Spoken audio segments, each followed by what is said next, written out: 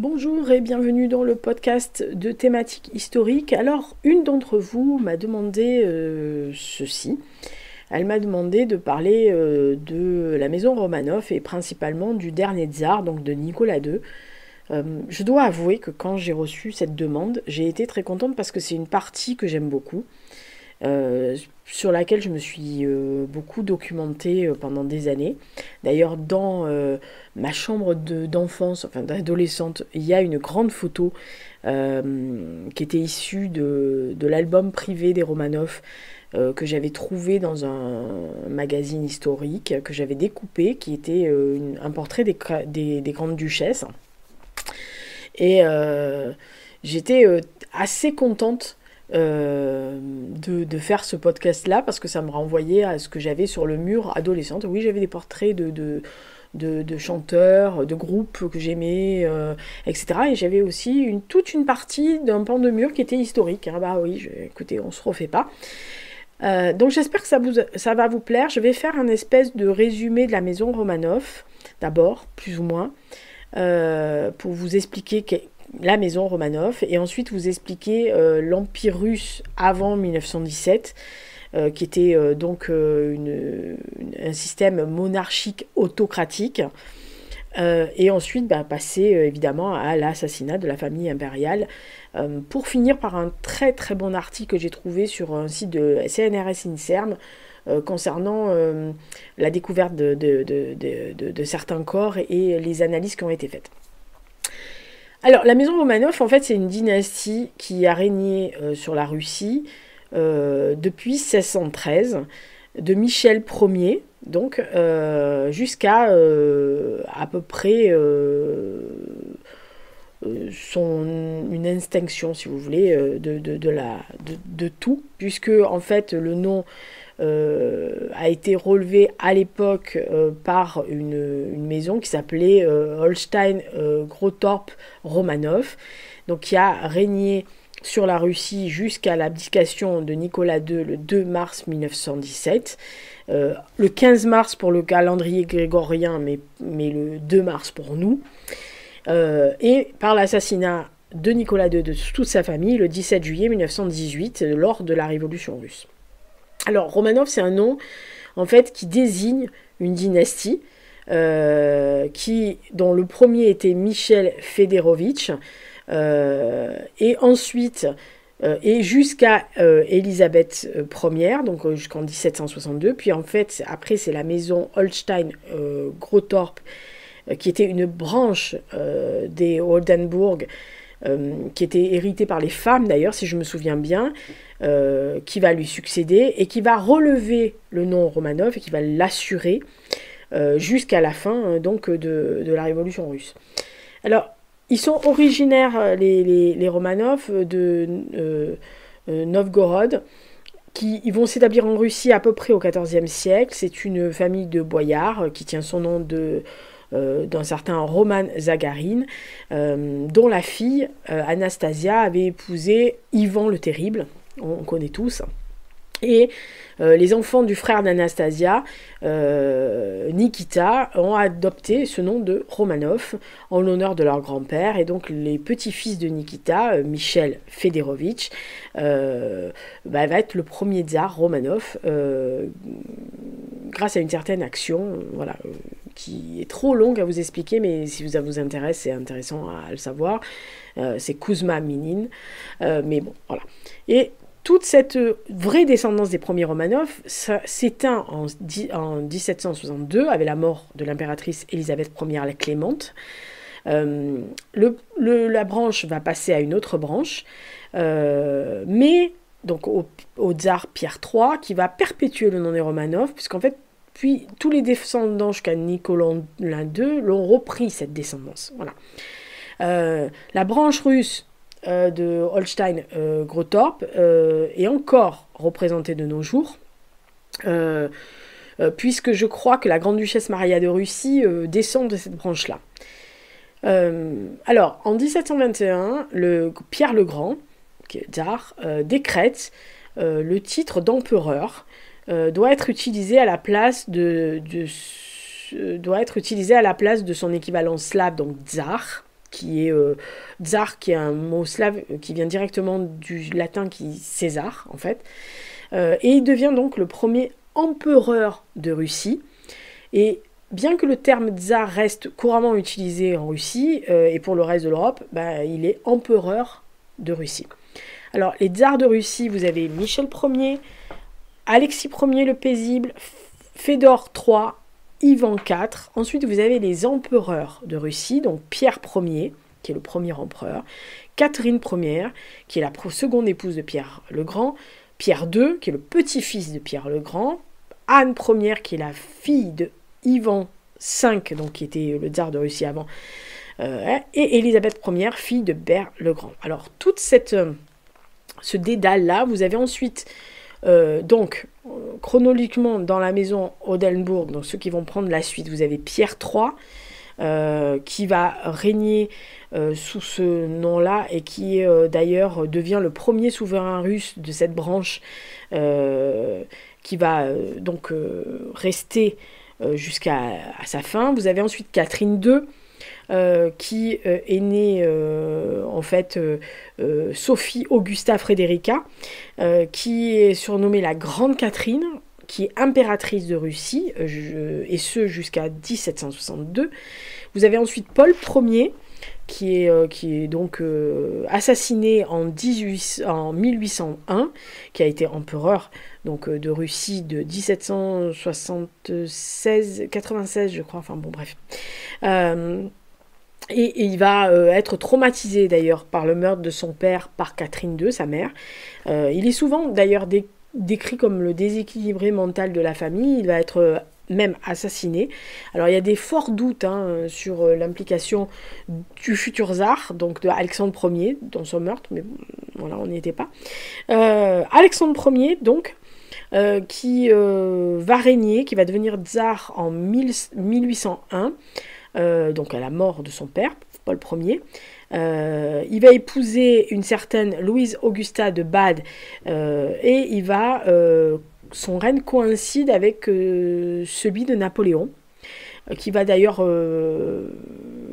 contre lequel il va batailler plusieurs fois, et dont jusqu'à la victorieuse bataille de 1814, on va pas revenir là-dessus. Ah non, en tant que Français, on revient pas là-dessus. Ensuite, vous avez Nicolas I, bien sûr, qui lui accède au trône, alors d'une façon assez mystérieuse aussi, après Alexandre Ier, c'est son frère aîné, qui va... Il y a une histoire de pouvoir avec son frère cadet, je crois qu'il s'appelle Constantin, si mes souvenirs sont bons, mais bon bref. Il va avoir une influence assez importante au point de vue international. Il est vraiment le premier tsar à être confronté à une agitation révolutionnaire dans son pays. Et il est très connu pour avoir mis en place ce régime autocratique réactionnaire qui va permettre à une expansion vraiment exponentielle de l'Empire russe. Vous avez ensuite Alexandre II, qui lui est dit le libérateur. Il est aussi grand-duc de Finlande, roi de Pologne. Pologne, d'ailleurs, qui a été annexée à l'Empire russe. Il est mort assassiné par des terroristes du mouvement nihiliste. Ils ont essayé de le tuer 6 fois quand même. Voilà, mais ils y sont arrivés. Ils ont mis une bombe et puis pouf, voilà. Ensuite, vous avez Alexandre III, donc qui est l'avant-dernier empereur qui va régner de 1881 à 1894. Et ensuite, vous avez donc le dernier, Nicolas II, Nicolas Alexandrovitch Romanov, qui est né en 1868 et est mort donc en 1918, qui est donc officiellement le dernier tsar couronné de Russie, qui va régner donc, de 1895 à 1917. Son titre donc complet était Nicolas II par la grâce de Dieu, empereur et autocrate de toutes les Russies. Excusez-moi du titre quand même. Alors sur le plan intérieur de la Russie, il va être très calqué dans les pas de son papounet Alexandre III. Vraiment. Par contre, il est, on va dire, plus ouvert on va dire, pour certaines choses. Voilà. Alors, il y a évidemment, lui, il va assister à des choses. Il a aussi une révolution en 1905 qui lui tombe sur le paletot, mais qui vont être assez vite réprimées. Mais il va aussi subir la Première Guerre mondiale, puisque après l'attentat de Sarajevo, Nicolas II va décréter la mobilisation générale pour préparer son pays. Et il va signer des accords de défense pour se porter au secours de la Serbie, qui est un peuple serbe et orthodoxe comme la Russie. Et avec l'engrenage des alliances, en fait, la Russie va se retrouver à rentrer en guerre aux côtés de la France et de l'Angleterre contre l'Allemagne, l'Autriche-Hongrie et l'Empire ottoman. Toutes les opérations militaires du front de l'Est vont ouvrir des offensives des troupes russes en Prusse orientale, en Galicie, principalement pour soulager les troupes franco-anglaises. Il y a une première offensive qui est écrasée par les Allemands, avec 2 corps d'armée.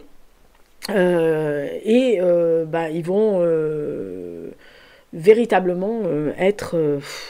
on va dire, ils vont engager dans la bataille de la Marne et voilà, c'est un truc ils vont taper à l'est, et comme il y a 2 corps d'armée qui ne vont pas pouvoir venir à l'ouest pour renforcer la bataille dans la bataille de la Marne les Allemands, en fait ça va permettre à la France d'avoir du salut. Donc l'offensive russe à l'est va aider les Français à l'ouest.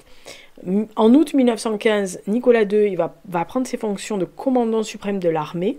Il va écarter son oncle, qui s'appelait Nicolas Nikolaïevitch Romanov, si je me souviens bien, je crois que c'est Nikolaïevitch. Et il va laisser les pouvoirs à son épouse, l'impératrice Alexandra Féodorovna, et à un certain Raspoutine. Ah bah si. Voilà, et il va se baser, lui, à Pétrograd. Alors, il y a des grands-ducs aussi. Le frère de Nicolas II, en fait, va lui succéder brièvement, puisque à partir donc du 15 mars pour les Russes et du 2 mars pour nous, Nicolas II abdique, mais il abdique en faveur de son frère, Michel. Mais dès le lendemain, celui-là renonce au trône, et donc c'est la fin de la dynastie des Romanov et la fin de l'Empire pour la Russie. C'est véritablement une chute de dynastie complète, puisque les bolcheviks prennent le pouvoir en octobre 1917, que tous les membres de la famille impériale sont placés en surveillance surveillée, et qu'entre 1918 et 1919, 18 membres de la famille Romanov vont être assassinés, dont évidemment le tsar Nicolas II et toute sa famille. Alors, il y a toujours eu une querelle dynastique sur l'histoire du trône russe, notamment depuis 1991 et la chute de l'URSS. Ils se contestent à droite, à gauche. Voilà. Alors, vous avez d'un côté la grande duchesse Maria de Russie qui revendique le titre d'impératrice, et dont le fils serait le seul héritier présomptif. Bon, vous avez encore d'un autre côté des princes, notamment je crois il s'appelle Dimitri Romanov, qui est dans la lignée, alors oui mais alors non, moi c'est moi, voilà. Donc depuis des années tout le monde se dispute, bon de toute façon ça ne sert à rien puisque nous avons quelqu'un à la tête de la Fédération de Russie, mais voilà, il y a quand même des micro-nations qui se créent un peu à droite selon les branches, voilà, et qui se revendiquent très souvent des Romanov, très souvent ils changent par exemple et Romanov, pour pouvoir revendiquer cette branche-là. Alors, avant 17, l'Empire russe était vraiment un régime monarchique autocratique. L'industrialisation de la Russie avait vraiment connu son apogée au début des années 1900. Bien après d'ailleurs d'autres pays européens. Ils étaient un peu en retrait sur le développement, etc. Mais les développements ont été faits grâce à des investissements par de la capitalisation étrangère.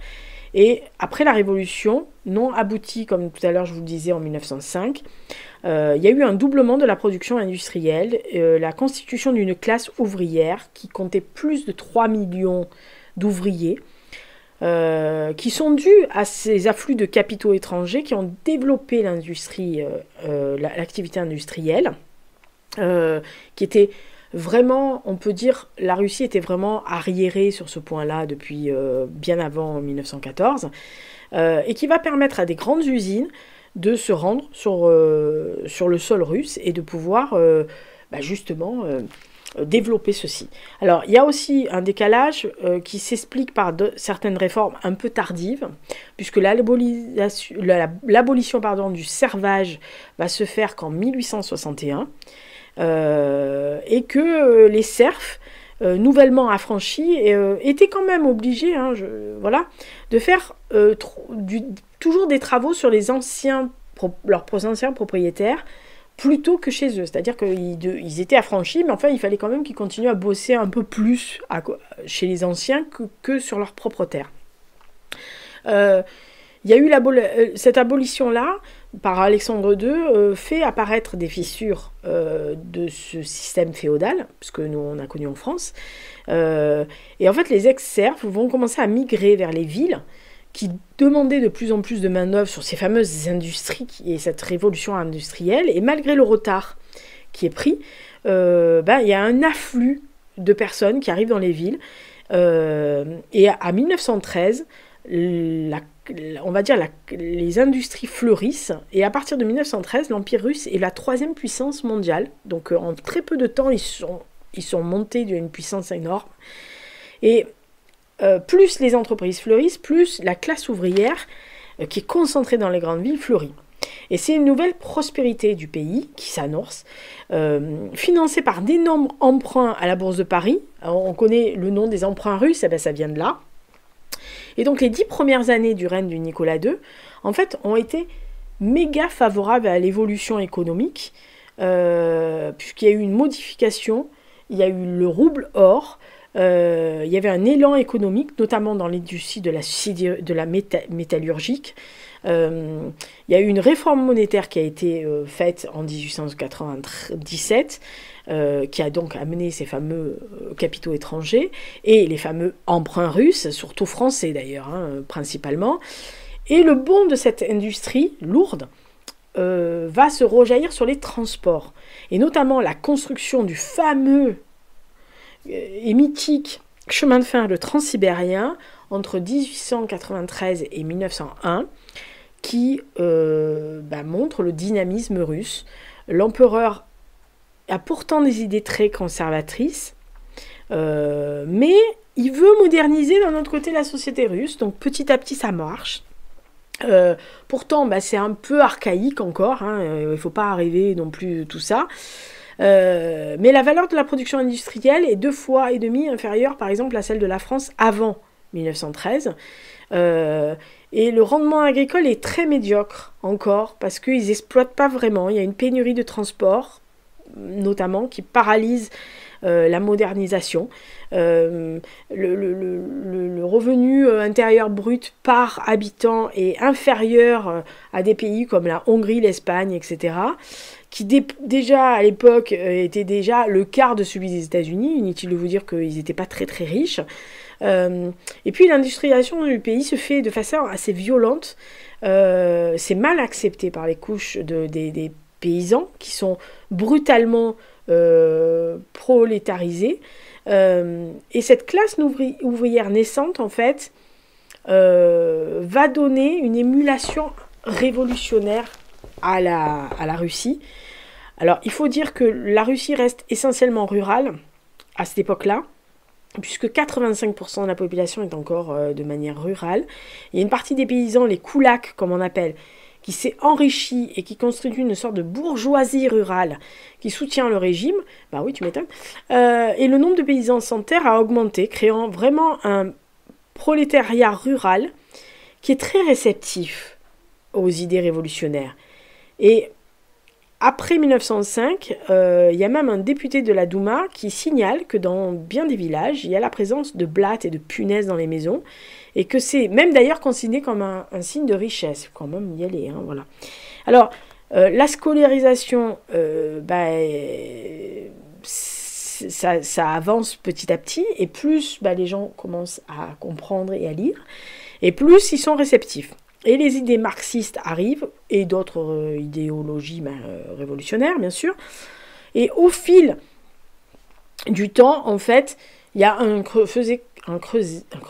fossé qui se creuse entre ces nouveaux mouvements et l'immobilisme du tsar.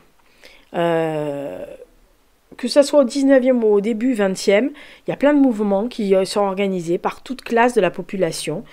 Ça va des étudiants aux ouvriers, des paysans aux nobles.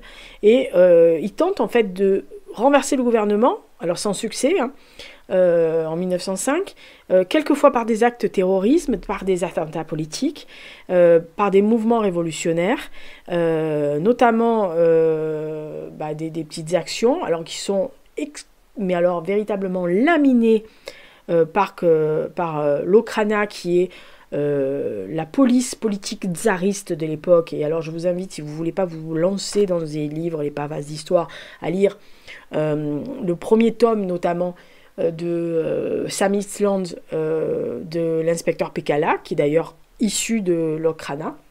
Voilà, pour vous expliquer à peu près comment ça marche. Et donc il y a de nouveaux et nombreux révolutionnaires qui étaient emprisonnés ou déportés, etc., ou qui ont réussi à fuir à l'étranger, qui vont re-insuffler petit à petit ce côté de révolution qui doit être impulsé par le prolétariat. Et donc ça va atteindre la Douma, donc il y a la chambre des représentants en Russie. Et donc dès 1905, il y a une première révolution donc, qui éclate, après la défaite de la Russie à la guerre russo-japonaise. Et il y a une répression vraiment très sanglante, très connue du 22 janvier 1905, puisqu'il y a une partie de la population qui vient porter une supplique à Nicolas II à Saint-Pétersbourg, qu'on appelle d'ailleurs le Dimanche Rouge. Ce jour-là, il y a plusieurs centaines de personnes qui vont mourir. Et ça va constituer véritablement une tentative, la première tentative du peuple russe de se libérer du tsar et de vouloir changer. Donc des grèves et des soulèvements vont se formuler. Et c'est l'occasion pour la première fois de voir ce côté révolutionnaire qui arrive. Et il y a des premiers organes de pouvoir indépendants qui sont sous la tutelle de l'État, bien sûr, notamment les soviets qui vont arriver. Et à la suite de cette révolution, Nicolas II, en fait, pour établir l'ordre dans son pays, va accepter certaines revendications des ouvriers, des paysans, des étudiants, des bourgeois. Il va même instaurer une constitution, une Douma, donc une assemblée, et des libertés civiles.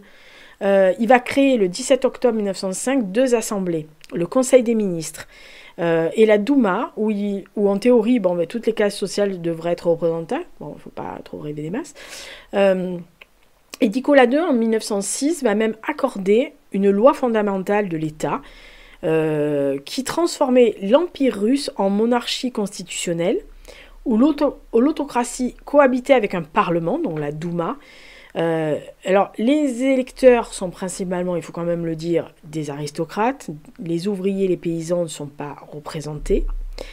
Certaines parties de la population sont élues, mais sont favorables à l'autocratie du tsar. Il y a encore eu quelques grèves, le gouvernement n'était pas très content, mais le peuple a commencé à râler. C'était pas encore ça, il y avait des petits soulèvements, mais en gros, ça s'est tu. Et puis, il y a eu les défaites successives de la Russie lors de la Première Guerre mondiale. Et là, ça va être véritablement le deuxième mouvement, puisqu'il y a cette révolution de février qui va être vraiment la cause. Enfin, la Première Guerre mondiale est vraiment la cause de ces révolutions de février. Alors, dès l'entrée en guerre, en fait, tous les partis sont pour cette participation, sauf, je crois, le Parti social-démocrate. Le seul en Europe avait le Parti socialiste serbe qui ne veut pas voter de crédit de guerre, mais qui ne va pas chercher pour autant à s'aborder l'effort de guerre. Il dit juste non, je ne suis pas d'accord, je ne veux pas voter des sous. Bon. Et sur le début du conflit sur le front de l'Est, après quelques succès, l'armée va commencer à assurer des très lourdes défaites, notamment en Prusse orientale. Les usines sont pas capable de suivre la production. Le réseau ferroviaire est pourri.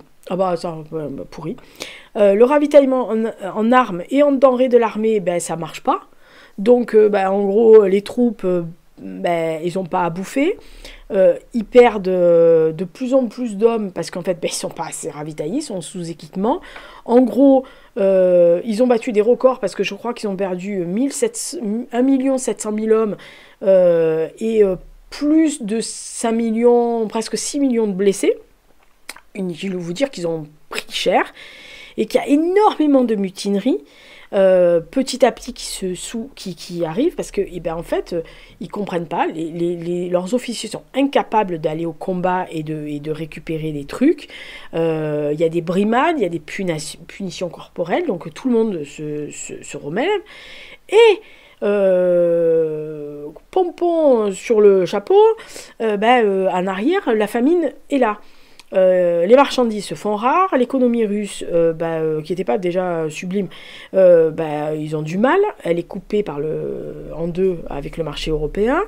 La Douma met en garde le tsar plusieurs fois contre les menaces d'instabilité. Ils leur disent attention, ils conseillent de faire un nouveau gouvernement constitutionnel. Le tsar ne veut pas de l'avis de la Douma. Il est dans un train au front, tout seul, à gérer son armée comme il peut. Il a perdu complètement le contact avec la réalité de son pays, qu'il a laissé à son épouse très impopulaire, puisque d'origine allemande, qui jette le discrédit sur le régime. En plus, elle est adjointe de Raspoutine, qui est un conseiller occulte, et donc ça rajoute de l'huile sur le feu. Il va d'ailleurs être assassiné en décembre 1916, Raspoutine. Et donc, entre 15 et 16, il y a énormément de comités, d'organisations qui essayent de prendre la main pour pallier à ce gouvernement qui n'assume pas, qui ne peut pas faire passer les ravitaillements, qui a plus d'adroit aux soins, la famine est là, il n'y a pas d'armes sur le front, enfin c'est le bordel quoi.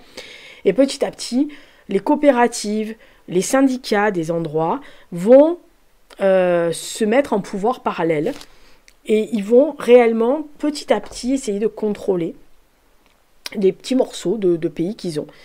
Les régiments du tsar vont se révolter.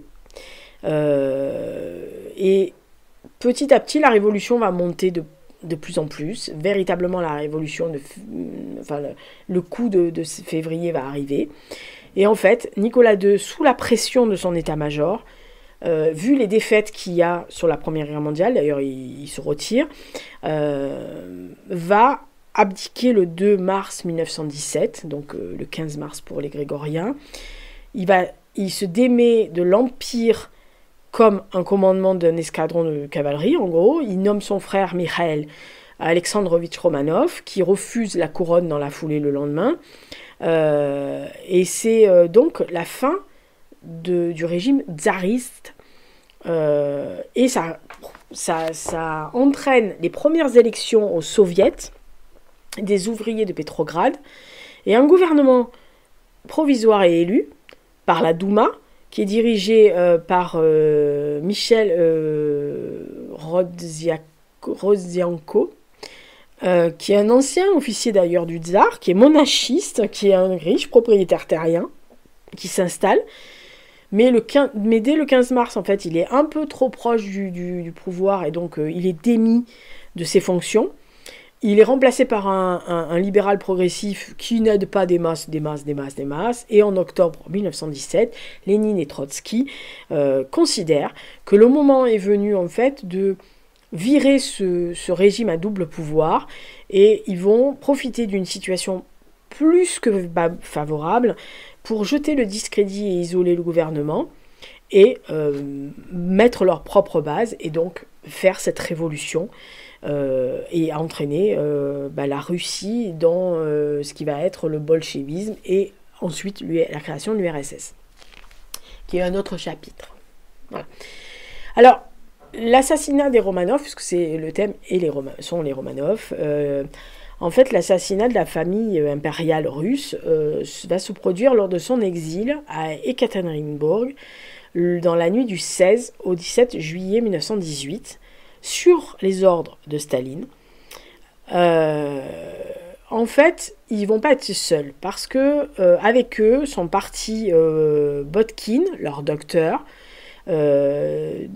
Demidova, Anna Demidova, Alexei Troup et un autre, ah mince, il m'échappe, Ivan, mais son nom de famille m'échappe. Ah, super. Karitonov. Et cet exil, avec eux, en fait, il y a un juge d'instruction, Sokolov, qui est très connu, qui, en fait, va enquêter sur place à partir de 1919 et qui va publier son rapport en 1924. Et dans ses conclusions, qui sont d'ailleurs remises en cause par les chercheurs très souvent, mais qui sont admises en fait par la majorité des historiens et des scientifiques, parce que voilà, va mettre des mots sur ce qui s'est passé ce jour-là. Alors, le 15 août 2000, l'Église orthodoxe russe va annoncer la canonisation des Romanov pour leur humilité, leur patience et leur douceur. Et le 1er octobre 2008, la Cour suprême de la Fédération de Russie poursuit la campagne de réhabilitation des Romanov et estime que Nicolas II et sa famille ont été victimes de la répression politique. Bon, ça c'est pour ce qui s'est passé depuis. Le 22 mars 1917, Nicolas II, qui a abdiqué quelques jours plus tôt, est en résidence surveillée au palais d'Alexandre, près de Saint-Pétersbourg, au Tsarskoye Selo. Et dans la même nuit, il y a une bande de soldats en fait, qui va profaner le tombeau de Raspoutine, qui va jeter son cadavre dans un bûcher. Le corps va brûler pendant presque 6 heures jusqu'à ce qu'il disperse les cendres dans le vent. Le gouvernement provisoire de Kerensky, en août 1917, va évacuer les Romanov en Sibérie, à Tobolsk, pour les protéger au début contre les débordements de la Révolution. Ils vivent assez confortablement dans un premier temps, dans un hôtel particulier, l'ancien hôtel particulier du gouverneur. Après la prise des pouvoirs des bolcheviks, les conditions de détention sont un peu plus strictes, mais bon, ça va. Mais il y a une imminence de leur procès qui est fréquemment évoquée. Et c'est à ce moment-là que la famille Romanov va commencer à subir régulièrement des insultes, des vexations. On va interdire par exemple à Nicolas II de porter ses lunettes, de porter ses épaulettes. Les sentinelles vont faire des dessins assez obscènes à la vue des grandes duchesses. Et le 1er mars 1918, la famille va commencer à vivre que sur les rations des soldats, sur les rations des soldats de l'armée normale, et va se séparer de 10 de leurs serviteurs, puisqu'ils ne peuvent plus les entretenir. Et parallèlement, la guerre civile russe qui oppose les révolutionnaires bolcheviques de l'armée rouge aux monarchistes partisans de l'ancien régime, qui sont les armées blanches, s'intensifie.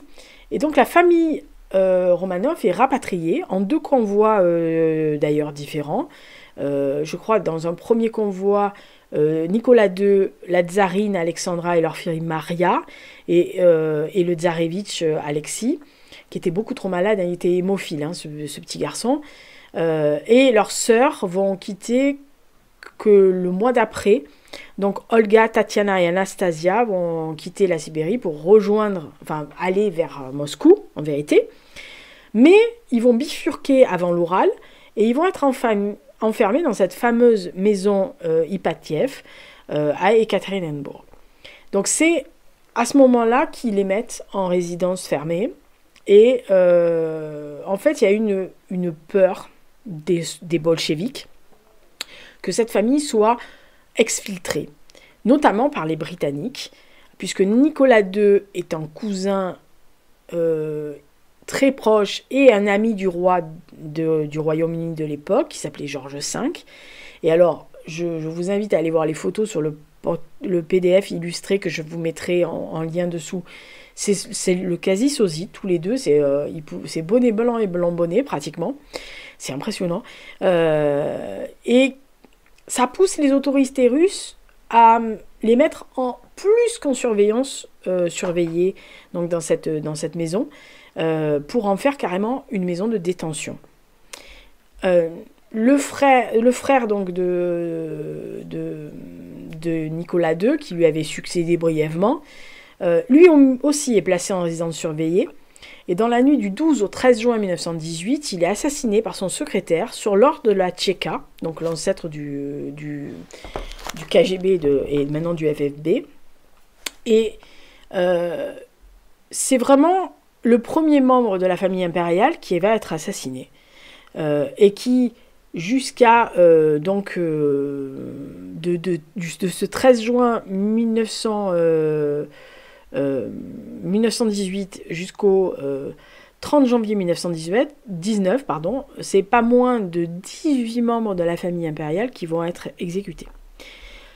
Alors, à l'été, au début de l'été 1918,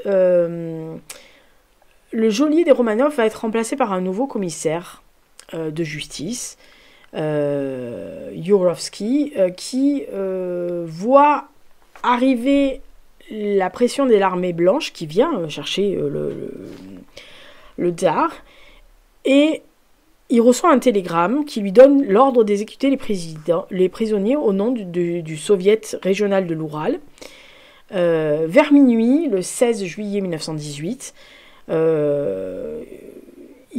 il ordonne, ce fameux Yurovsky, il ordonne donc au docteur Botkin de réveiller les Romanov, et les 4 derniers serviteurs qui sont encore là, de leur dire qu'il faut qu'ils se préparent à voyager.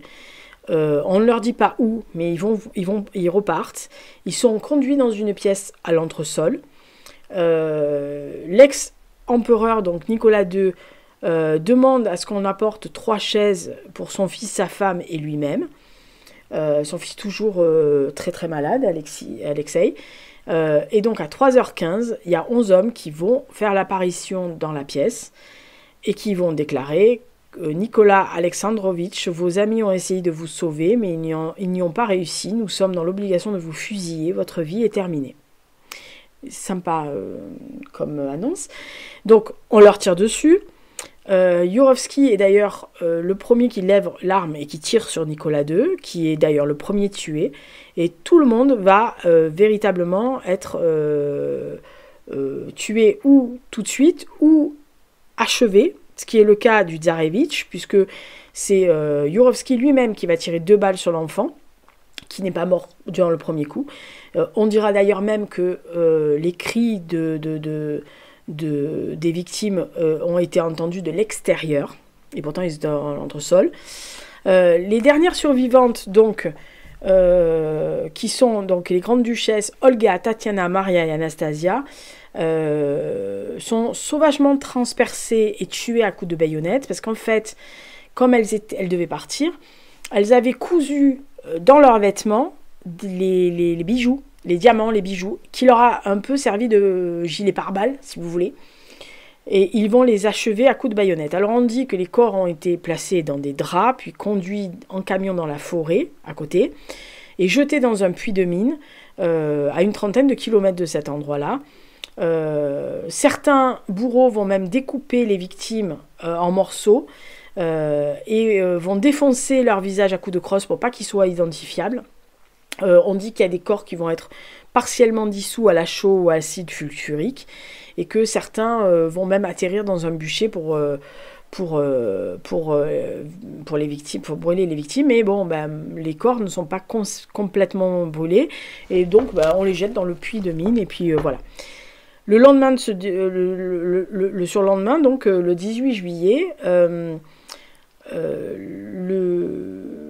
membre du Conseil des commissaires du peuple donc, annonce que les prisonniers ont été exécutés sur l'ordre du Soviet de l'Oural en raison de la proximité de l'armée blanche, notamment tchécoslovaque, si je me souviens bien.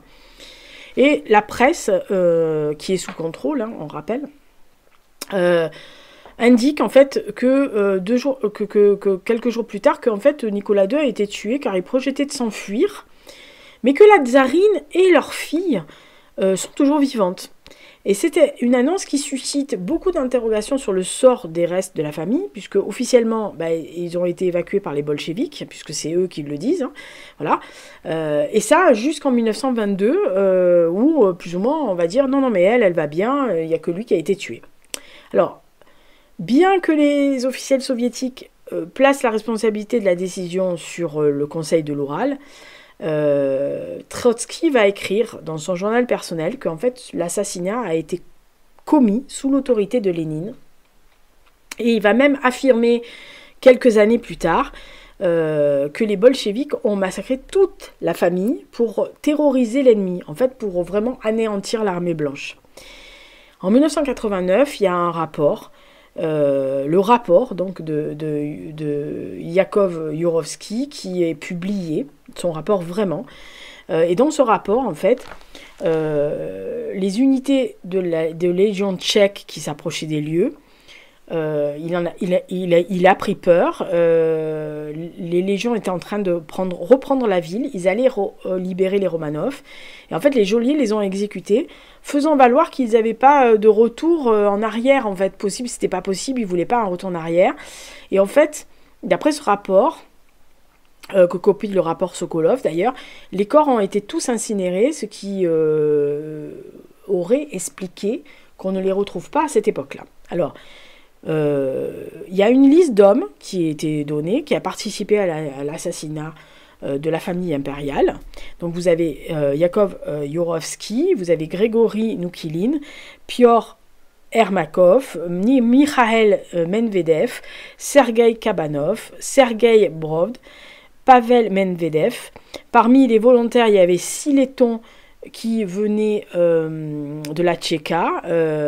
Et donc, parmi les témoignages qui ont pu être recueillis après, il y aurait eu un Hongrois qui, par la suite, va s'installer, va aider à la révolution hongroise en 1956 et qui va même être fusillé par les soviétiques en 1958. Mais c'est une participation qui est toujours contestée par certains historiens parce qu'ils estiment que c'est pas logique, que normalement c'était postérieur. Enfin bon, bref, il y a des dates qui concordent pas.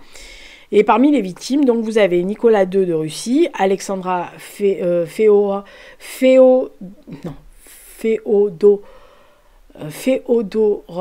si je ne le dis pas en entier, Feodorovna, je n'arrive pas à le dire si je me coupe. Vous avez Olga, donc Tatiana, les grandes duchesses, donc Olga Nikolaevna de Russie, Tatiana Nikolaevna de Russie, Maria Nikolaevna de Russie, Anastasia Nikolaevna de Russie, Alexis Nikolaevitch de Russie.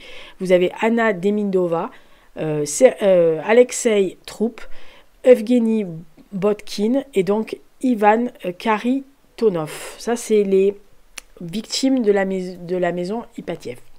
Alors, il y a des ossements qui ont été retrouvés en 1991, puis en 2007, près de Ekaterinbourg, dans l'Oural, donc, et qui, suite à une étude d'ADN, notamment une étude d'ADN nucléaire et mitochondriale, va s'avérer que c'est bien les restes de la famille impériale. Alors il y a beaucoup de controverses, hein, il y a eu des enquêtes à droite, à gauche, sur tous les côtés, qui ont été dépêchés pour le massacre collectif, l'incinération des corps, etc. Plusieurs fois, plusieurs historiens s'appuient sur un examen médical attentif du dossier, alors qu'ils contestent les conclusions de ce rapport. Vous avez des historiens tels Marc Ferraud, Marina Gray ou alors Michel Vartel qui sont pas d'accord, qui assurent qu'il y a une survie d'une partie de la famille impériale, tout en reconnaissant la mort de Nicolas II, mais qui estime qu'il y a quand même peut-être quelque chose qui s'est mis là. Voilà, il y a beaucoup de controverses parce que la version de la survie de la famille impériale va être renforcée en fait par le recensement de 18 témoins assermentés à cette époque-là qui disent qu'ils ont vu les femmes de la famille Romanov. Il y a des infirmières, il y a un aiguilleur de train, il y a un cheminot. Voilà, il y a plusieurs personnes, des nonnes, des gens qui étaient à la fenêtre, qui les ont vus passer à pied. Et donc forcément, ça interroge de se dire, mais enfin c'est quand même pas possible, on n'en a plus jamais entendu parler, etc. Il y a eu même des écrits de la sœur dans des membres de la famille extérieure Romanov hors Russie qui auraient assuré dans un courrier qu'il y avait deux sources sûres. Elle savait que Alix, donc Alexandra, la tsarine, et ses enfants étaient en vie. Alors, il va arriver la période de dénégation complète des soviétiques entre 1918 et 1922, ou alors là, ils vont dire « Non, mais calmez-vous les mecs, là, on les a balancés quand même », donc voilà, c'est comme ça. Lénine va aussi dire qu'effectivement, de toute façon, c'était prévu, il fallait tuer le tsar, et c'était comme ça, et c'était pas autrement. Et il va avoir la postérité communiste. À partir de 1977, un certain Boris Eltsine, qui était à l'époque premier secrétaire de la section du parti de l'Oblast, donc, va faire raser la maison Ipatiev à la demande du chef du KGB, Andropov à l'époque, qui voit un très mauvais œil parce qu'à ce moment-là, on voit arriver des curieux et surtout des pèlerins qui viennent se recueillir devant cette maison-là, qui, en gros, viennent rendre hommage au dernier tsar. Alors, ça ne plaît pas du tout au pouvoir en place, on est bien d'accord avec la question. Et en 1978, il y a un écrivain qui fait exhumer trois cannes, donc un du dernier empereur, et qui va faire jouer de ses relations pour pouvoir consulter les archives protégées de la Révolution d'octobre, notamment sur le fameux rapport Yurovsky, qui va permettre de localiser à 10 minutes près, enfin à 10 mètres près, la fondrière dans cette forêt-là, donc de Koptiaki, qui était donc à une 10-15 km de Ekaterinbourg, de repérer où était ce fameux puits de mine où il était. Alors, à la fin des années 70, il y a un géologue qui va repérer la tombe qui va contenir des dépouilles de 5 membres sur 7 de la famille impériale, ainsi que 4 des domestiques qui sont morts à leur côté. Donc 9 personnes qui ont été enterrées dans une tombe. Et cette découverte, en fait, va être placée au secret complet jusqu'à la chute de l'Union soviétique en 1991. À partir de ce moment-là, vont être divulguées, bien sûr, des informations et énormément d'investigations anthropologiques vont être mises en place de manière officielle par le régime. Et les 9 squelettes vont être déterrés, envoyés pour des tests ADN au service de sciences médico-légales au Royaume-Uni et à un généticien russe afin qu'il pratique des analyses. Les analyses et les tests de nature nucléaire vont confirmer que 4 des 9 corps sont ceux de la tsarine Alexandra ainsi que de Olga Tatiana Anastasia. Pour le tsar Nicolas II, des tests avec les personnes de sa descendance, ainsi qu'un échantillon de sang conservé dans un mouchoir de celui-ci, qui avait été laissé au Japon, vont bien sûr permettre l'identification de son corps. Alors, les échantillons de sang vont être prélevés sur un membre le plus proche de la famille impériale, qui n'est autre que le prince Philippe, duc d'Édimbourg, puisque en fait, il est le descendant direct de l'empereur Nicolas Ier de Russie par sa grand-mère paternelle, la grande-duchesse Olga de Russie, et sa grand-mère maternelle, la princesse Victoria de Hesse, Darmstadt, était la sœur de la tsarine Alexandra. Voilà, donc les résultats confirment que le sang et les ossements correspondent bien, en fait, une relation génétique entre le prince Philippe, duc d'Édimbourg, et la tsarine Alexandra, ce qui fait que, évidemment, c'est facile à trouver. De son côté, ils vont aller tester la princesse Xena Alexandrova de Russie, qui en fait est un duc écossais, qui sont des parents éloignés du tsar côté Nicolas II. Et donc tous les résultats s'avèrent positifs, et donc que ce soit des membres éloignés ou des membres plus proches comme le prince d'Édimbourg, le duc d'Édimbourg, eh bien, on confirme que les cadavres qu'on a trouvés, enfin les ossements qu'on a trouvés, sont bien ceux de la famille impériale, en tous les cas ceux qu'on a trouvés.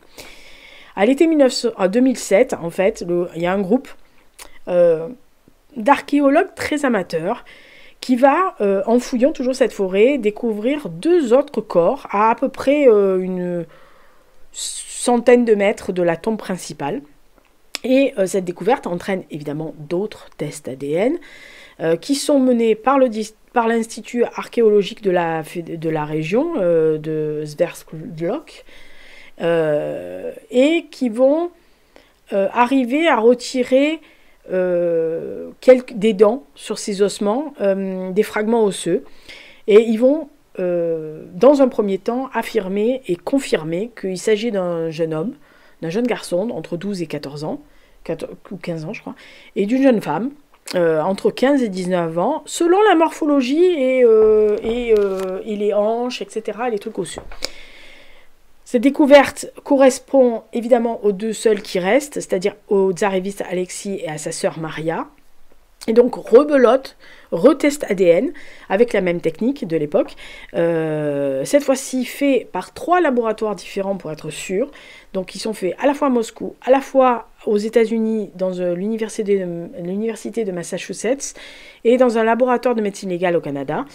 Et les 3 reviennent absolument positifs à 100%, puisque c'est bien les 2 enfants manquants de la famille Romanov, donc c'est bien Alexis et Maria. Alors, en 2008, à l'occasion du dépôt des conclusions préliminaires de cette expertise, le chef du bureau régional d'expertise de médico-légal va déclarer que les ossements correspondent effectivement bien aux dépouilles et au reste du tsarevitch Alexis, de sa sœur, la grande-duchesse Maria. Et donc, même si aux yeux de certains seulement, les analyses ADN laissent peu de doutes sur la réalité des évolutions de la famille Romanov et de leur, on va dire, de leurs circonstances de mort, il y a quand même encore une part d'ombre qui subsiste, qui va encore distiller des doutes quant au forfait pour admettre la possible survie de la famille. Alors on parle souvent, et je pense que vous l'avez toujours entendu, et c'est souvent cette partie-là qui est évoluée, qui a donné lieu à des dessins animés, l'affaire Anastasia. Alors vous avez l'affaire Anna Anderson, qui va arriver sur la place, qui va dire « Je suis la grande duchesse », qui va d'ailleurs être confirmée par des membres de la famille impériale qui étaient en exil, comme Maria de Russie, etc. Vous avez plein de gens qui arrivent, qui se disent « Je suis la grande duchesse Maria, je suis la grande duchesse Tatiana, je suis la grande duchesse Olga, je suis Alexandra de Hesse ». Il y a même quelqu'un qui a prétendu assez longtemps qui était le tsarevitch Alexis. Donc voilà, parce que il faut quand même pas le cacher, il y a une immense fortune impériale qui dormait sûrement quelque part dans des coffres machin, et puis il y a le prestige de la famille. Alors les historiens, ils donnent aucune foi, certains, à leur test ADN. Dans les années 80, il y a pas mal d'historiens qui annoncent en fait en gros que la découverte des corps n'empêche pas que ce qui empêche l'absence de 2 corps, on ne soit pas sûr de l'identité des disparus. Il y en a certains qui contestent le rapport Sokolov, d'autres qui disent que c'est pas possible, etc.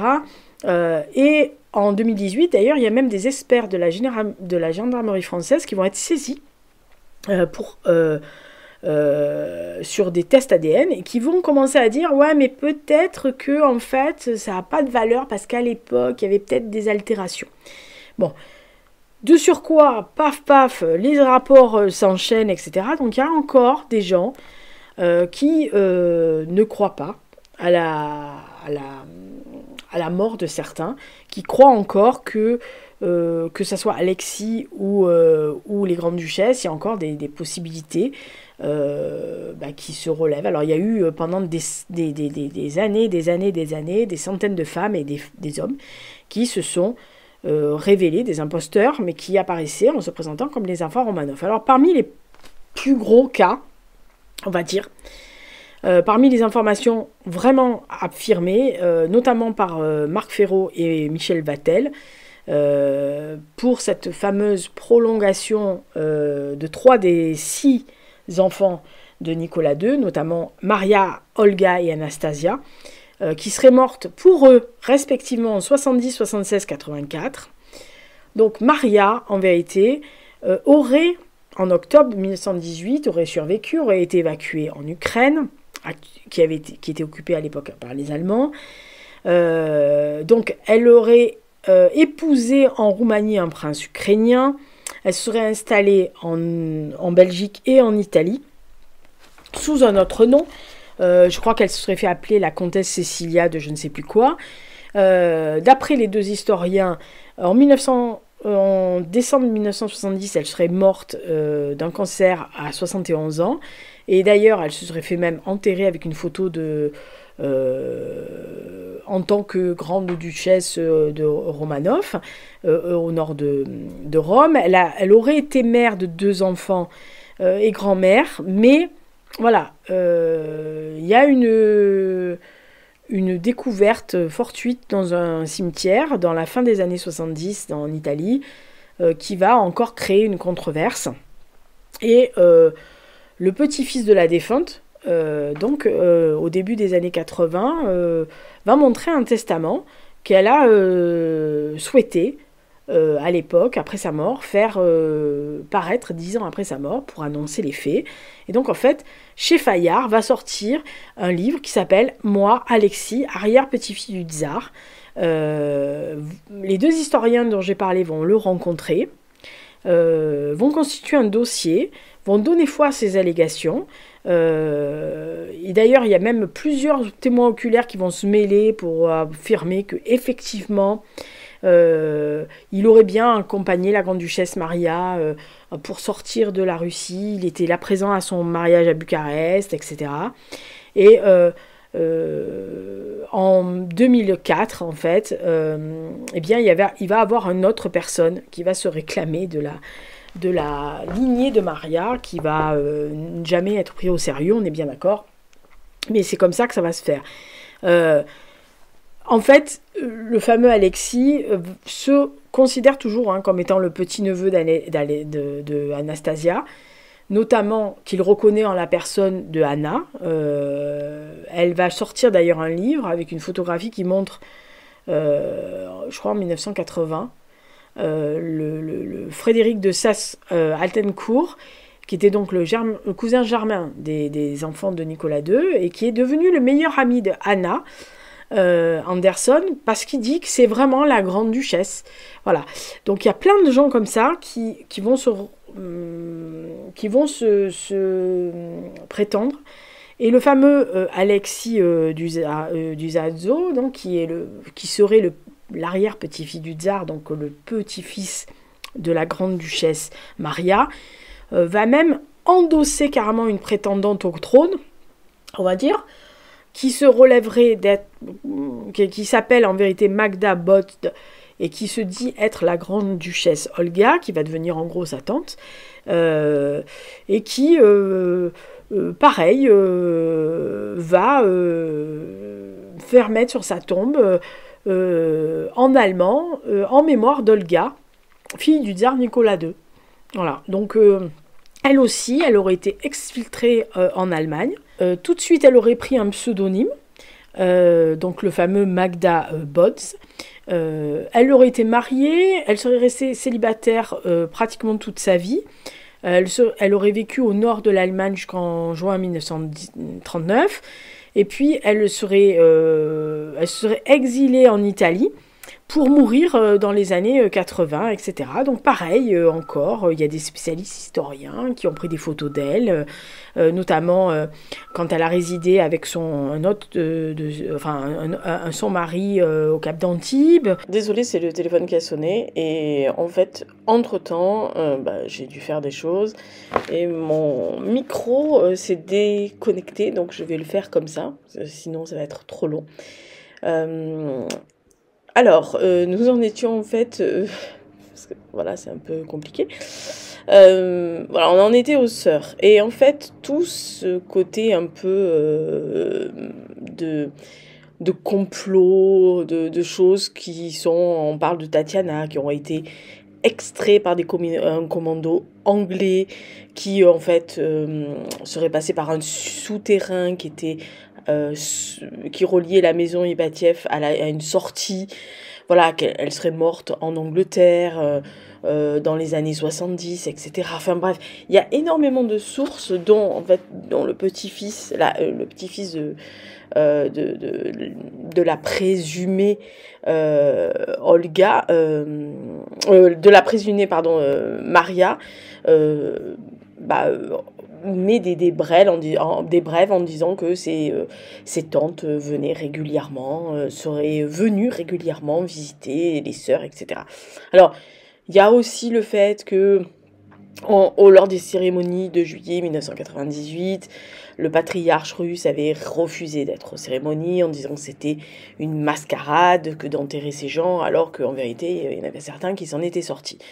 Quoi qu'il en soit, on va dire que la science ayant évolué, que les analyses ADN ayant évolué, etc., le 15 novembre 2011, le jour de l'anniversaire de la naissance de la grande duchesse Olga, il y a un monument qui a été érigé, qui a été mis dans le monastère Galina Lama, qui est près de Ekaterinbourg, et c'est pour un monument à la mémoire des enfants du dernier tsar de Russie. C'est une œuvre d'un sculpteur russe qui s'appelle Igor Akimov, qui en fait représente les 5 enfants impériaux, donc je rappelle Olga, Tatiana, Maria, Anastasia et Alexis, qui descendraient du paradis. Alors c'est un monument qui est dédié au tsar Nicolas II, à son épouse, et qui a été évidemment inauguré en grande pompe. Alors si ça vous intéresse, si cette partie vous intéresse, il y a quand même des documentaires, comme un documentaire qui s'appelle La mort à Ekaterinbourg, dans un dossier, vous savez, les dossiers de l'écran, là, qui était le dossier d'Alain Decaux, qui date de 1985, puis plus récemment, dans Secret d'Histoire, vous avez un Secret d'Histoire de 2008 qui dit quel mystère entoure la mort des Romanov, et depuis 2017, il y a des documentaires qui ont été réalisés, notamment Le tragique destin des Romanov, ou encore L'ultime voyage des Romanov. C'est des documentaires qui reviennent très très souvent sur ce genre de choses. Alors vous avez aussi les bibliographies. Vous avez Nikolai Sokolov, qui est paru chez Payot, que j'ai lu, qui s'appelle Enquête judiciaire sur l'assassinat de la famille impériale russe. Vous avez aussi l'intégralité de l'enquête judiciaire, donc du juge Sokolov, sur lequel se sont appuyés plusieurs historiens pour contester l'édition partielle de 1924, qui est sortie aussi. Je crois qu'il n'est pas sorti en France, mais je crois qu'il est sorti en Allemagne, mais bon.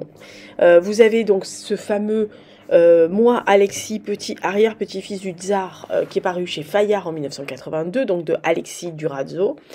Et vous avez je crois que c'est en espagnol, il me semble, quelque chose qui s'appelait comme Je suis vivante, les mémoires inédites de la dernière des Romanov, qui était censée être par la grande duchesse Olga. Vous avez des ouvrages comme Jean Descartes, qui avait signé chez Perrin en 2015 la saga des Romanov. Vous avez aussi l'autre fin des Romanov, ou Le Prince de l'Ombre, qui est paru chez Lanor en 2009, d'un Élie Durel. Vous avez Franck Ferrand, qui a non seulement, je crois, consacré une émission sur une radio publique, mais qui a fait aussi un livre chez Ixo, si je me souviens bien, je crois que c'est Ixo, qui s'appelle L'ombre des Romanov. Et vous avez bien sûr tous ceux que j'ai cités qui contestent la mort des enfants Romanov, donc de Marc Ferraud, donc qui avait écrit L'enlèvement ou fait divers, une mort énigmatique, etc., etc. Donc vous en avez quand même beaucoup qui ont traité de ce sujet. Vous avez Marina Gray qui a fait une enquête sur le massacre des Romanov chez Perrin en 1987. Vous avez Luc Marie qui a écrit chez l'Archipel en 2008 Les derniers jours des Romanov. Vous avez Jacqueline Monsigny qui a écrit Les filles du tsar, Marie ou les tourbillons du destin chez Michel Lafon en 2003. Voilà, vous avez beaucoup de choses qui sont faites des deux côtés on va dire de la balance, de ceux qui y croient et de ceux qui n'y croient pas. Vous avez bien sûr Madame Hélène Kérard-Dancos qui a écrit chez Fayard en 2013 Les Romanov, une dynastie sous le règne du sang. Et puis vous avez tout ce que vous pouvez trouver. D'ailleurs, il me semble que dernièrement chez Perrin, et je voudrais pas dire de bêtises, mais il me semble que l'année dernière chez Perrin est sorti un livre de Prasolov qui s'appelait un truc comme Les prétendants Romanov en exil je pense que c'était ça. Il faisait la décennie entre 1919 et presque de nos jours, qui avait l'air d'être une grosse pavasse. Mais je l'ai vu, il me semble, mais je ne peux pas voir. Il me semble que c'est. Alors, Perrin, j'en suis sûre. Par contre, je crois que c'est l'année dernière, mais bon, voilà, c'est à vérifier. Donc, il y a quand même beaucoup de documentation. Il y a des revues aussi. Vous pouvez aller dans des revues spécialisées. Alors, je vous dis que vous y croyez, que vous y croyez pas, c'est pas grave. De toute façon, comme je vous ai toujours dit, l'histoire, il faut voir les trois côtés. Enfin, les trois pans. Il faut voir le pour, le contre et la synthèse. Parce que sinon, vous n'arrivez pas à comprendre quelque chose. Là, c'est pareil. Vous allez lire tous ceux qui démontrent que c'était vraiment une tuerie et qu'ils ont été morts. Et puis ceux qui contestent, voilà. Et puis après, ou vous faites votre opinion tout seul avec votre petite synthèse mignonne, ou éventuellement, vous lisez des livres qui synthétisent ce genre de choses. Et c'est très très bien comme ça. Et c'est comme ça qu'on se forme une opinion d'ailleurs. Voilà. Moi, je me souviens d'un article dans l'histoire qui était spécial les révolutions russes de février-octobre 1917. Il y avait je ne sais pas si c'est un entretien ou un article, il me semble que c'est un article, de Marc Ferraud, justement, qui disait « Tous les Romanov ont-ils vraiment été assassinés ?» Voilà. Donc, il y a beaucoup de choses qui sortent. Et après, vous avez les fictions. Voilà. Alors, oui, Anastasia, tout ce qu'on connaît, etc. Mais vous avez aussi un film, c'est un dessin animé. Est-ce que c'est un dessin animé? Grande question, je ne me rappelle plus. Je crois. Je crois que c'est un dessin animé qui disait La vengeance des Ulyanov ou un truc comme ça. Et vous aviez aussi l'assassinat de la famille impériale russe qui a été mis en scène, si vous l'avez vu, dans le 6e épisode de la saison 5 de The Crown. Ça a été mis vraiment en scène, donc bon, écoutez, si vous voulez aller regarder ce qui est fait. Et ensuite, alors si vous entendez une machine à laver derrière, ne vous inquiétez pas, c'est parce que la débile n'a rien trouvé de mieux que de lancer sa machine en enregistrant, mais c'est le seul jour où je peux plus ou moins enregistrer et où mes voisins ne font pas trop la fête, parce qu'en ce moment, c'est un peu c'est un peu le bordel. Alors, vous avez un très bon article qui est paru dans Médecine Sciences, qui fait partie de l'INSERM, qui est paru en 2009, qui revient sur le massacre des Romanov, qui est l'épilogue génomique, et qui a été traduit, parce qu'en vérité, je crois que c'est l'ambiguïté de l'identification de la famille Romanov sur les restes de la famille Romanov. Donc, en résumé, les ossements, donc je vais vous lire vraiment tel qu'il a été publié parce que je le trouve vraiment passionnant. Il y a des références, etc. Donc vous pourrez même aller voir les références si ça vous intéresse. Alors, je résume, les ossements ont été retrouvés certains ossements ont été retrouvés en 1991, puis en 2007, près d'Ekaterinbourg, dans l'Oural, et on peut dire que ce sont bien ceux de la famille impériale de Russie, en tous les cas, puisqu'une étude complète de l'ADN portant sur l'ADN nucléaire et mitochondrial permet d'affirmer ceci en toute certitude, et c'est ce qui a été démontré par justement cet article de l'INSERM. Vraiment, si vous pouvez aller le voir. Alors, durant la Révolution russe, et après avoir été transféré de la petite ville sibérienne de Tobolsk, près de l'Oural, à Ekaterinbourg, le tsar et sa famille sont enfermés dans la maison de l'ingénieur Ipatiev en avril 1918.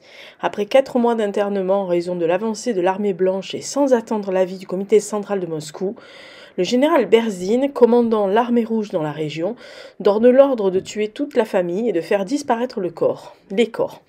Dans la nuit du 16 au 17 juillet 1918, au sous-sol de la maison, le tsar Nicolas II, sa femme et ses 5 enfants, et avec en outre le docteur Botkin, médecin personnel du petit Alexis atteint d'hémophilie, et 3 de leurs domestiques sont assassinés puis ensevelis dans la forêt toute proche. Vers 1978, des ossements sont repérés, mais ils ne sont exhumés qu'en 1991. À l'époque, une équipe de médecins légistes russes reconstitue les 9 squelettes d'après les données morphologiques, anatomiques et dentaires et identifie ceux du tsar, de la tsarine et 3 de leurs filles. Il manque donc 2 enfants, le tsarevitch Alexis et l'une des les plus jeunes grandes duchesses, probablement Maria. Cette constatation est d'autant plus troublante que de nombreuses légendes s'étant propagées au cours des décennies et que plusieurs jeunes femmes avaient prétendu être des grandes duchesses qui auraient échappé au massacre. En 1994, une étude est effectuée au Royaume-Uni à partir de l'ADN nucléaire et mitochondrial des restes humains des 5 donc sujets, comparativement à l'ADN de plusieurs apparentés vivants, du lignage de la tsarine d'une part et du tsar de l'autre part. Les résultats confirment alors qu'il s'agit bien d'une famille, un père, une mère et 3 enfants, et qu'ils ont des STR communs, donc avec des descendants apparentés à la famille Romanov. D'après l'ADN MT, il montre que dans la lignée maternelle, une complète ressemblance entre celui de la tsarine présumée, des 3 filles et des apparentés descendants de la reine Victoria d'une part, et dans la lignée paternelle, une identité avec les descendants de la lignée maternelle du tsar, et celui-ci, sauf pour un nucléide en position 1669, où une hétéroplasmie CT est observée chez le tsar présumé. En 1998, des funérailles solennelles sont organisées à la cathédrale Saint-Pierre et Paul de Saint-Pétersbourg en présence de Boris Eltsine. En 2000, dans la cathédrale de Saint-Sauveur de Moscou, un office religieux présidé par le patriarche Alexis II a lieu pour canoniser la dernière famille impériale de Russie. Enfin, en juillet 2007, des ossements calcinés sont découverts à 60 mètres environ de la première sépulture et correspondent au reste de 2 squelettes, en partie détruits par le feu et par l'acide sulfurique. Les études anthropologiques montrent qu'il s'agit d'un enfant entre 10 et 14 ans et d'une jeune femme approximativement entre 18 et 23 ans. L'extraction de l'ADN des 2 squelettes retrouvés en 2007 a été donc effectuée. En outre, un ADN bien conservé a pu être extrait des taches de sang d'une chemise du tsar Nicolas II. Elle avait été exposée comme relique au musée de l'Ermitage à la suite d'un attentat, d'un coup de sabre, dont il avait été l'objet au cours d'une visite officielle au Japon en 1891. Des sujets apparentés vivants de la lignée de la reine Victoria, grand-mère de la tsarine, et celle du tsar ont accepté de subir des prélèvements, frottis buccaux et prélèvements de sang, pour une étude comparative des ADN. L'analyse génomique a été réalisée par 3 laboratoires différents, à Moscou, à l'université de Massachusetts aux États-Unis et dans un laboratoire de médecine légale au Canada. Les résultats viennent d'être publiés récemment. Je rappelle que c'est un article de 2009 et confirme définitivement que les ossements retrouvés dans les 2 fosses appartiennent bien aux 7 membres de la famille impériale. L'analyse des lignées maternelles des Romanov a porté sur des séquences intervariables, puis l'ADN-MR complet a été obtenu à l'aide de plusieurs stratégies d'amplification. Dans le lignage de la reine Victoria ont été analysés plusieurs facteurs, ainsi que celui du K et V, donc des descendants de la princesse Victoria de S, et de O et D, descendantes donc de la princesse Béatrice. L'alignement des séquences obtenues atteste de l'apparentement de ces personnes qui, toutes, ont un mythotype Victoria, Recherché dans une collection de plus de 70 000 individus, ce mythotype est très rare. Alors, il y a une figure sur l'article qui explique l'étude de l'ADN mitochondrial de la famille Romanov, etc. Enfin, voilà, il montre bien le schéma. Il y a un autre mythotype qui s'appelle Dagmar, de la lignée de Maria, la mère de Nicolas II, et retrouvé chez une descendante. Pareil, il y a une figure qui l'explique, et qui explique que cette première étude donc, a été retrouvée à partir du sang extrait de la chemise, avec une répartition identique dans les deux tissus, mais pas chez les autres membres de la famille. Il y a une analyse de la partie non recombinante de l'Y, donc, qui montre un haplotype unique et qui est retrouvé chez les descendants vivants du lignage de Nicolas Ier. Ça aussi, il y a une figure qui explique toute l'analyse de la lignée paternelle des Romanov. Et donc, ce haplotype, donc Nicolas I, comme ils l'ont appelé, n'a pas été retrouvé ni dans les bases de la population d'origine européenne, ni dans une cohorte de sujets russes. 15 profils donc STR ont été étudiés et pour identifier l'identification du sexe en cas d'erreur, quelquefois, il a été étudié d'autres profils. Bon bref, ils analysent en fait toute l'analyse des STR autosomiques sexuelles qui montrent la composition génotype est en accord avec l'hypothèse des 2 parents et de leurs 5 enfants. Donc 4 filles ont été déterminées, un fils. Les 21 pages d'informations supplémentaires en annexe de l'article cité attestent de la difficulté à obtenir des ADN utilisables pour les restes, donc les 2 derniers restes, donc le supposé Alexis et le supposé Maria, en raison de leur dégradation. Toutefois, le travail réalisé à l'initiative de l'Institut Vavilov de la génétique générale dans 3 laboratoires différents permet d'affirmer que les ossements découverts en 2007 sont bien ceux des 2 enfants de la famille Romanov qui avaient été ensevelis séparément. Désormais, les analyses génomiques ayant permis de confirmer l'identité des restes de tous les membres de la famille impériale, il est probable qu'elle fera l'objet d'un culte en Russie. Déjà, des pèlerinages ont lieu sur les lieux de massacre et une cathédrale, l'église sur le sang versé, a été édifiée à Ekaterinbourg en 2003. Donc, je vous mettrai en annexe dans le PDF les photos en question. Voilà. Donc, il y a vraiment cette analyse qui a été faite et plusieurs choses qui ont été trouvées sur place qui peuvent attester des dires pour essayer d'éviter de montrer ce qui avait été fait puisque en fait la célèbre Maria Anderson qui s'appelait en réalité je crois Francesca je sais plus quoi il y a eu de l'ADN qui a été prélevé sur elle et qui avait exclu complètement toute parentalité avec la famille Romanov.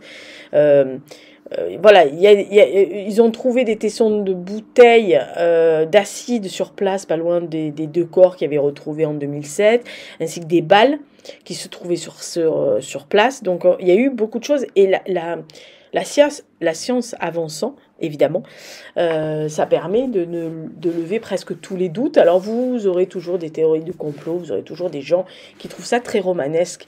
Effectivement, une des grandes duchesses, alors on parle pas du Tsarévitch parce qu'il était hémophile et donc il y avait très peu de chances qu'il en sorte, mais au moins des grandes duchesses qui auraient pu, justement par...